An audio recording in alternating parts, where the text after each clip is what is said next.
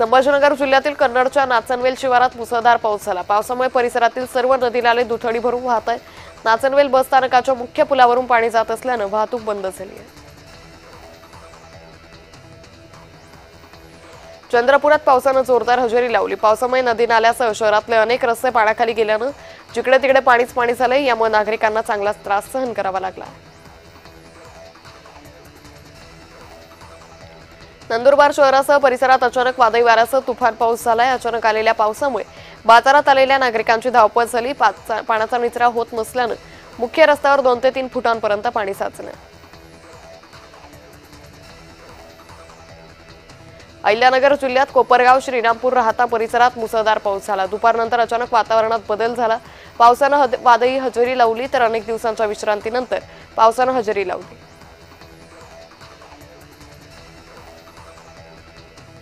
पावसामुळे अकोलेकरांची चांगलीच धावपळ झाली। सलग 1.5 तास झालेल्या मुसळधार पावसामुळे शहरातल्या अनेक रस्त्यांना नदीचं स्वरूप आलं। जठारपेठ, मोठी उमरी, गुडधी या रस्त्यावर पाणी वाहत आहे।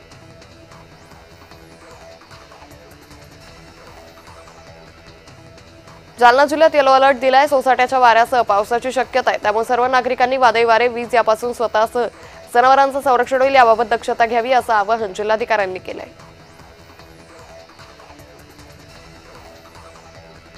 बीड शहरातील धांडेनगर भागात घरांमध्ये पाणी शिरले। या भागात नगरपालिकेने दुर्लक्ष केल्याने नागरिकांचे हाल होत असल्याचा आरोप होतोय। रस्त्यांवर घरांमध्ये पाणी आहे, त्यामुळे नागरिकांना घराबाहेर पडणंही अवघड झालंय। सीना नदीला तिसऱ्यांदा पूर आलाय। म्हाडा तालुक्यात सीना नदीचं रौद्ररूप पाहायला मिळते। चांदणी, खासापुरी आणि सीना कोळेगाव धरणातून नदीत पाण्याचा विसर्ग सुरू आहे। वसमत तालुक्यातल्या डोनवाडा गावात अंत्यविधीनंतर स्मशानभूमी सावरण्यासाठी गेलेले नागरिक पुराच्या पाण्यात अडकले। अडकलेल्या नागरिकांना दोरीच्या साहाय्याने सुखरूप बाहेर काढण्याचं काम ग्रामस्थांनी केलं। अमरावती जिल्ह्यात मुसळधार पाऊस सुरू आहे। आज आणि उद्या जिल्ह्यात मुसळधार पावसाचा इशारा दिलाय। पावसाचा फटका शेतकऱ्यांना बसण्याची शक्यता आहे। आधीच 1.5 लाख हेक्टर शेती पिकाचं नुकसान झालंय।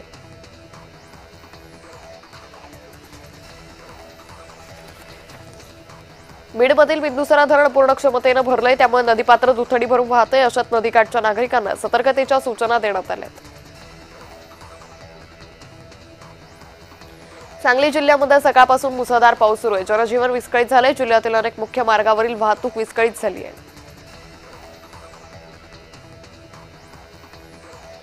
नागपूर जिल्ह्याच्या कळमेश्वर तालुक्यातील दिंडाकी गावात ढगफुटीसारखा पाऊस झालाय। पावसामुळे काही घरांमध्ये पाणी शिरलं तर संत्रा, मोसंबी बाग आणि पालेभाजीसारख्या पिकांचं नुकसान झालंय।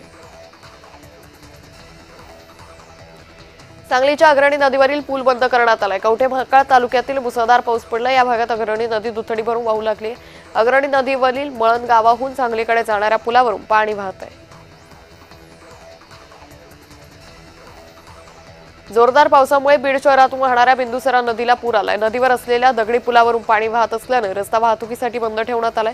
पुरामुळे नदीकाठच्या गावांना सतर्कतेचा इशारा दिलाय।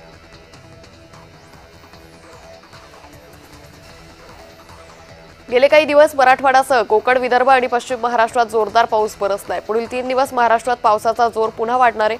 हवामान विभागाने शनिवारी मराठवाड्यात मुसळधार ते अतिमुसळधार पावसाचा इशारा दिलाय।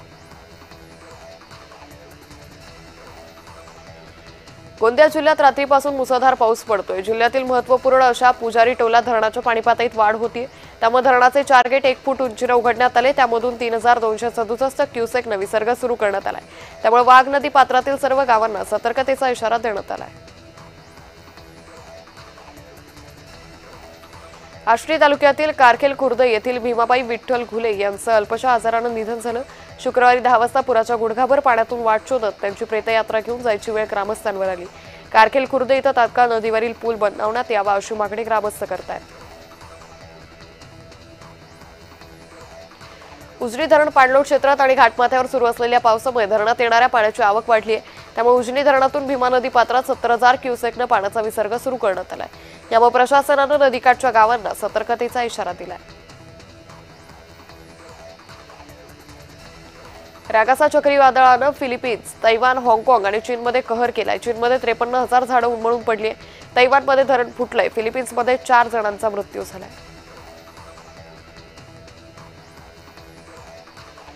अंबरनाथमध्ये शिवगंगा नगर येथील एका बिल्डिंगच्या पार्किंगमधील दुचाकीत साप आढळून आला। दुचाकीच्या मालकानं